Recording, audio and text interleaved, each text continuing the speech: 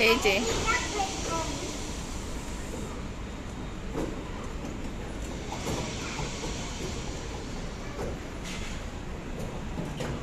আস্তে জানি